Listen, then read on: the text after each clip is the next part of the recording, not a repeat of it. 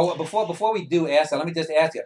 I told you when you read the Vincetti Brothers. When I finished reading the Vincetti Brothers, I said it was the greatest novel ever written. When I finished this book, I said it's the greatest book ever written. Not just the greatest novel, but the greatest book, and probably the greatest artwork and greatest single work done by anyone ever.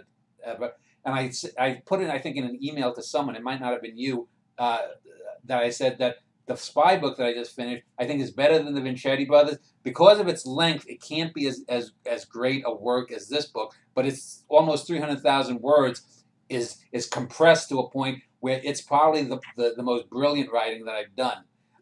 But I would ask, was I correct? Do you think that there's any prose work that you ever read that comes close to A Norwegian in the Family? I think Norwegian and the Family is a different kind of novel. I would say that the comparison to the Super Seven, I have not read it, would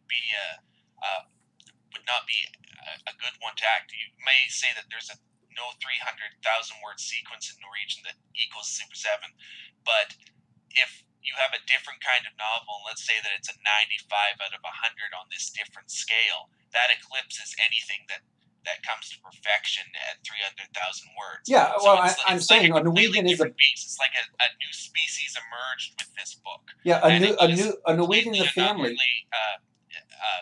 It surpasses Vincetti in every single way. Yeah, but A Norwegian in the Family. If this was the only thing that I'd ever done, I could still make a claim that I'm the greatest writer that ever lived. If, like Proust's book is a little more than half the size of this, and it has maybe 300,000. It has maybe about 300 pages of great writing out of 3,300. This book doesn't have any dry spots like that. You may not like, for example, when Bit goes back and forth to Dennis Hopper's apartment and Dennis Hopper slips over the railing in his own urine, kind of thing, happening a dozen times or more.